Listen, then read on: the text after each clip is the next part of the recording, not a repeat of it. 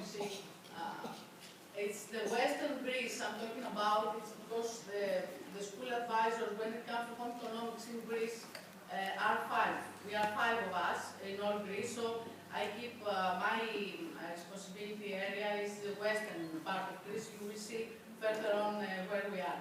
So we are still in Europe after Finland, and down south you can see Greece. And being in that Congress gives me the opportunity to talk to you about Greece and home economics in our country. We are part of the European Union, and despite the financial problems we face, which are not what you're listening and what you're hearing about in the media, we're not starving, not yet at least. We hope not to. We managed to solve, to go on our lives in a positive way. We keep on laughing, we keep on having fun. We are here, just the 2 of us, 2 Greek people, but still we are here, and we are very proud to be here in that Congress. So don't listen to what they say. We are there, we are expecting you for holidays. The food is always the Greek one, you might know. So they exaggerate, and we are very angry about it. We keep on working hard to improve home economics in our educational system, which has some problems at the moment. And I need to tell you something. Despite from all over the other world and from your countries, I guess, we have a theoretical subject in home economics. We don't have a kitchen. We don't cook in our kitchen. We just teach them theoretically what they have to do. Of course, it has to do with nutrition, it has to do with sustainability, it has to do with consuming and health education, but not in a practical way.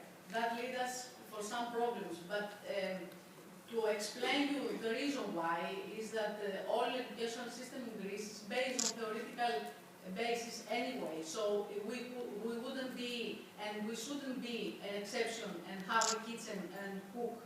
It would be very bad for home economics in Greece if we were to be that way. So I will show you. That's where my base is. That's Patras, the western side of Greece. That place is near Olympia, where the first Olympic Games took part many, many centuries ago.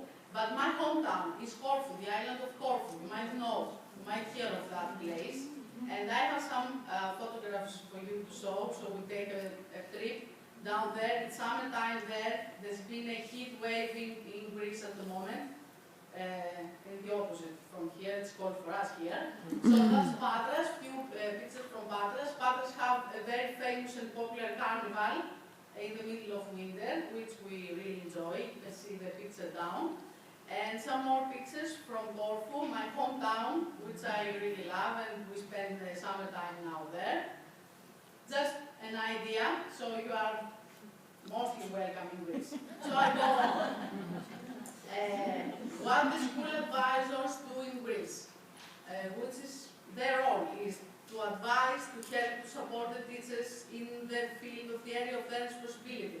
For example, I have to deal only with home economics teachers, and that's all. I don't have to do anything with other subject teachers. We train them in every opportunity. We have to visit the schools and discuss and help these teachers.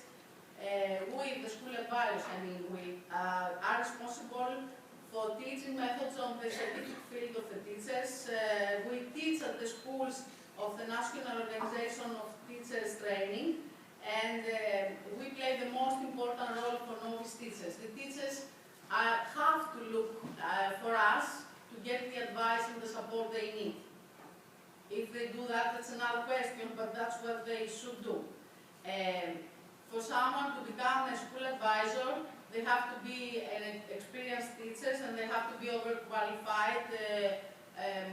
Almost all of them have a master's degree or a PhD, and they have to be examined and interviewed by a special committee of the Ministry of Education every 4 years, and then they go back to the same job if they are accepted.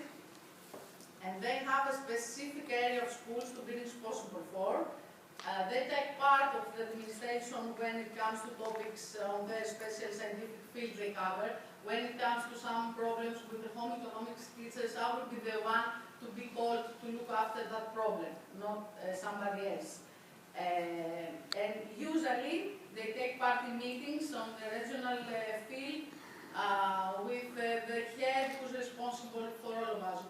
We have the head administrator who should take care of us and train us and do whatever it has to do.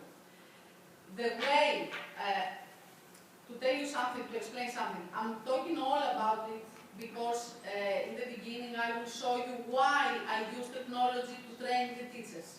You will explain exactly, and you will explain that only if you have an idea how the school advisors work and what I do with technology then. So the school advisors organize meetings for the teachers in the areas they cover. They provide with material and information, especially on the scientific field. They demonstrate micro teachings. They support novice teachers by visiting them and cooperate with the heads if they need it. Especially at the beginning, the novice teachers need a support because, as I told you before, they haven't get any more training while they are in university. So they just jump into a classroom and they need someone to be by the side to support them, to teach them, to help them while they teach. So, the school advisors need to be there for novice teachers, and we have something which is very special, I think. We are free to decide how to work, when to visit in schools, when have the meetings. And that, of course, depends on the needs of the teachers in the area we are responsible for. If I get a call from a teacher from the other side of my area, I will show you now the areas I cover, I have to be there for them. So I arrange the meeting and I go to the school whenever I think it's necessary for them. I have no strict rules on that schedule, and that's very convenient because I can arrange my work how it will be done. I will show you now my area. That's Greece again, and the areas I cover under the numbers 12 here, it's 12, 16, 9, and 7. That's part of Greece, which, as you can see, it's a large part of Greece. 16 different areas, about 160 home economics teachers in many different schools, because most of the home economics teachers in Greece teach in more than 2 schools nowadays. Due to the problems we face, they have to go to more than 2 schools. That means that they travel a lot in different schools. That means that I have to be behind them most of the times. And that means that I have to arrange meetings in the big cities of these areas. And that means a lot of travel, of course. So, I think you have a clue now how this work must be done.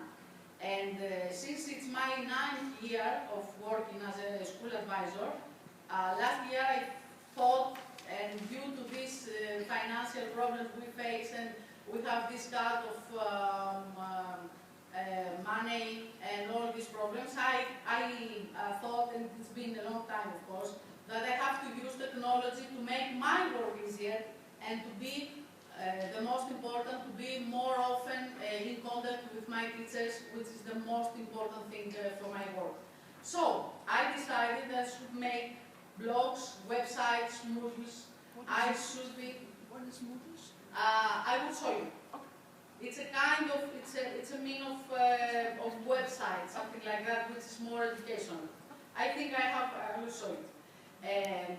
I have to use, I thought I had to use social media, Facebook, Twitter, LinkedIn, e-classes in different platforms, and of course email, chats, and phone. Phone is always the best thing, and the best thing when you need to be in contact. Sometimes I feel like I'm a doctor, because many of the teachers call me later in the night, in the afternoon, late 7 o'clock, 8 o'clock, 9 o'clock in the afternoon. When an idea came up, they have to contact me at this time. So I feel that I need to be there online all the time for them, so they don't miss something. And I'm there by the side. It's very important for them. And it's very important for me to feel that they feel that I am by their side. So, the blog, I will show you. I will give you an example.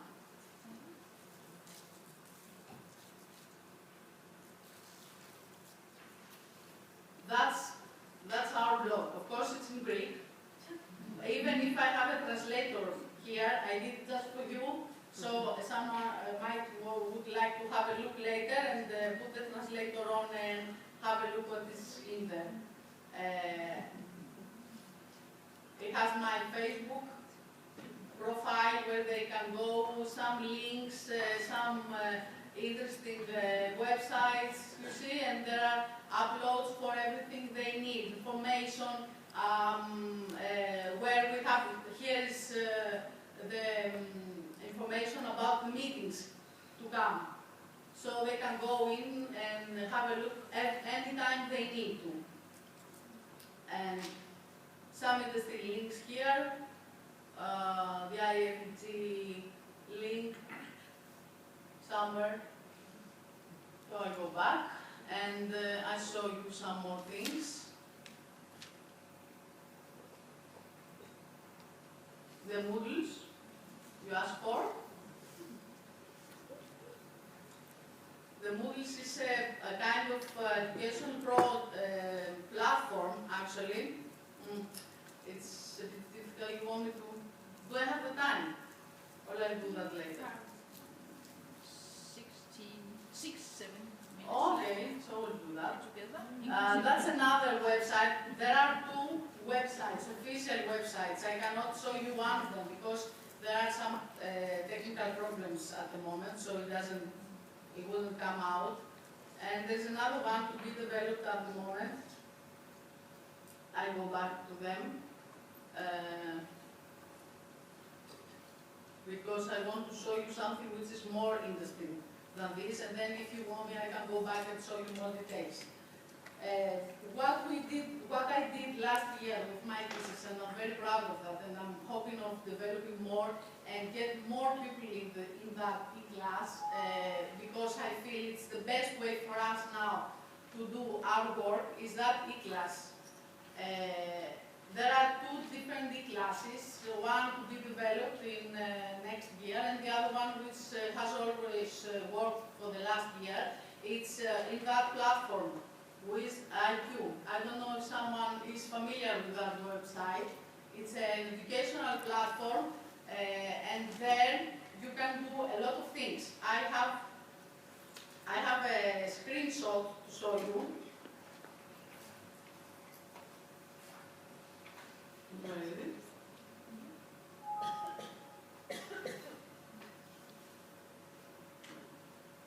Anyway, I think it's going to come up. We have this screen, and on that screen there are three different parts. One part, I don't know.